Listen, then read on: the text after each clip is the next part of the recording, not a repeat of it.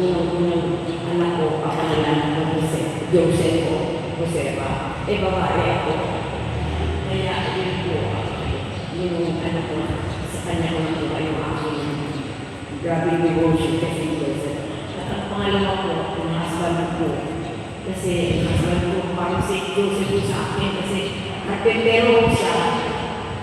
At saka, very quiet na tao. At walang technique sa social teacher, Rodolfo. He was the teacher, public school teacher at Mapa High School. Pero wala na po siya. Maraming salamat po. So, sino ba mga Jose? Sino ba mga Jose natin?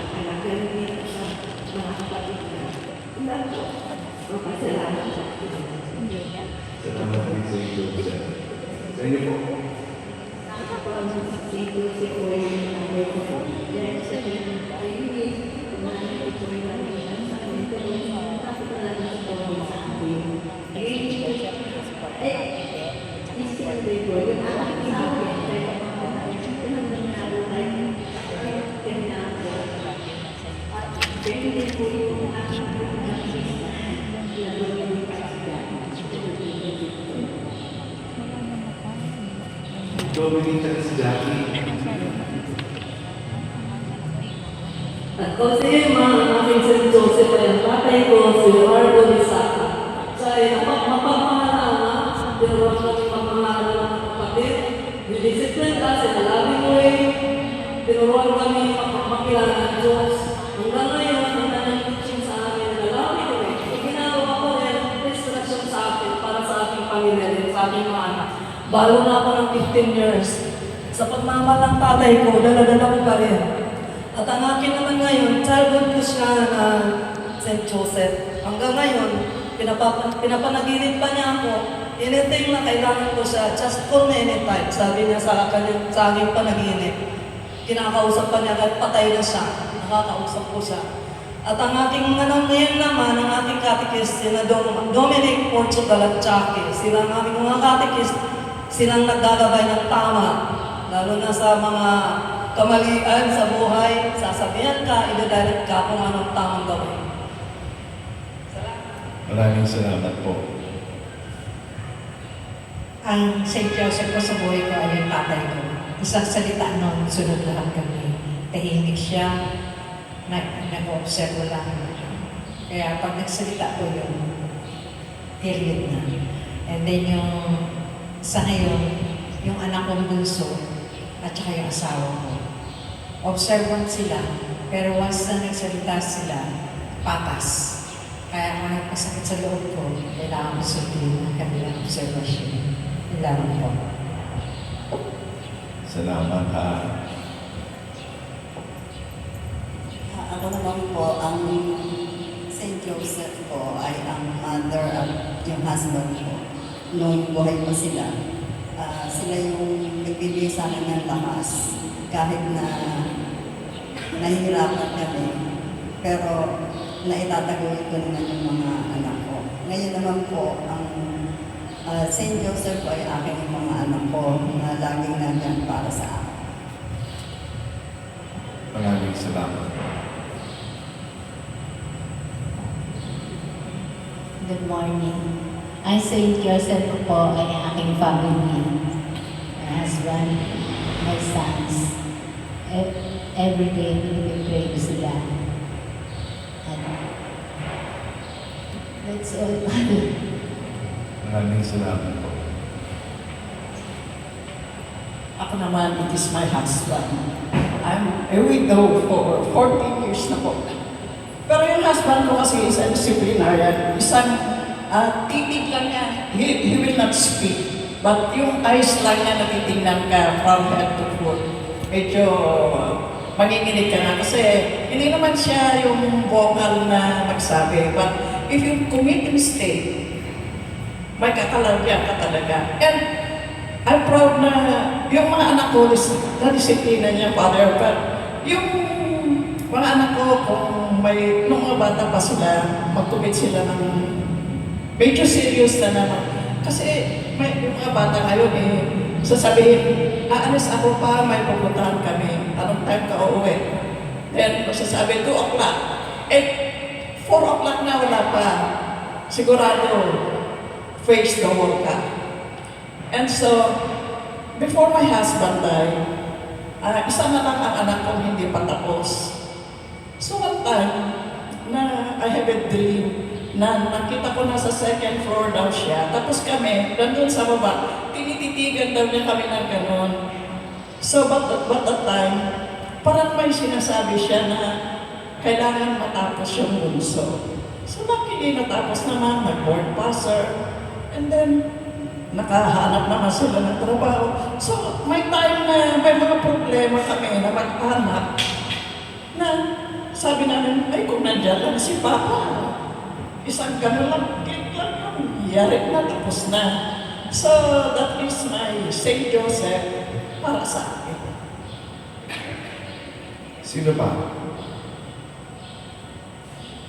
Parehong namatay na ang aking mga magulang, Florentino, na Carpintero at Angela, na isang ginagawa ng nanay.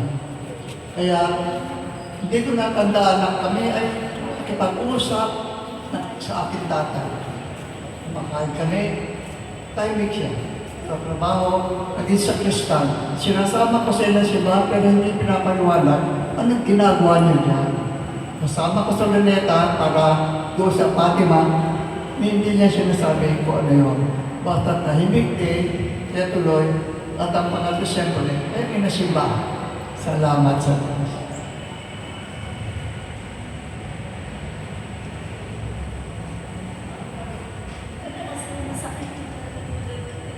Pero kailangan ko sabihin, ang St. Joseph ko po, yung parents ko, kasi marami ko sila natulungan. Yung mga kamag-anak namin, na ano nila, mostly, tsaka napaka-low nila, profile.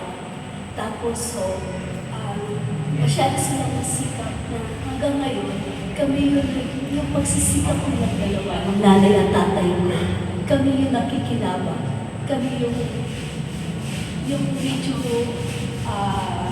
nag-absorb ng kanilang paghihirap.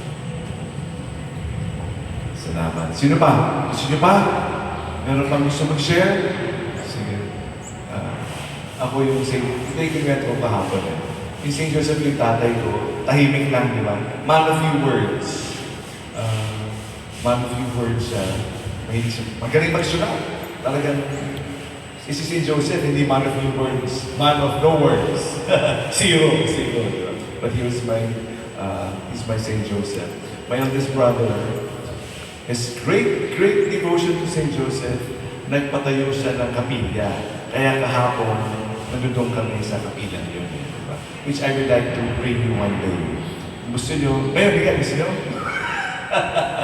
But then that is how, ganyan niya kamahal si St. Joseph. Sobrang pagmamahal ng St. Joseph, nagpagawa sa kapilya. Kaya yung mamahal kay St. Joseph, pwede niya tularan. He's my brother boy, my eldest brother boy. Salamat sa Diyos. Again, no talk. Very quiet. Hindi katulad ko. Pero dapat siya yung pare, hindi ako eh. Siya yung amoy pare, mukhang pare. Pero ako yung naging pare. Pag magkasama kami sa kanya, Father! Siya yung pumunta kasi yung aura niya, talagang pare. So, hindi sa akin. But anyway, so we thank God for our St. Josephs. So we thank God for them. I'm sure those who are online, kahit na malabo yung mic, we, yung ating camera, we pray, can you text who your Josephs are and why? It's very important to acknowledge them and to pasalamatan. Hindi mo alam na si Joseph ka pala, nila, di ba? Malaking tulong, di ba? For example, Dominic and Jackie, di ba? Pag malaman nila yun, para silang agila na nakakalipad, di ba? Malaking acknowledge, dahil na yung mga buhay. We thank them, pag-uwi nyo, sabihin nyo, ikaw yung Jose sa aking buhay. Salamat sa Diyos. We thank you for giving us St. Joseph, the universal patron of the Church. Maraming salamat po. Goodbye. St. Joseph, pray for us. Sacred Heart of Jesus, Have mercy on us. Salamat po. Ingat po. Kasi pag pinuputol ko yung mic, di ba? Tama na yung online.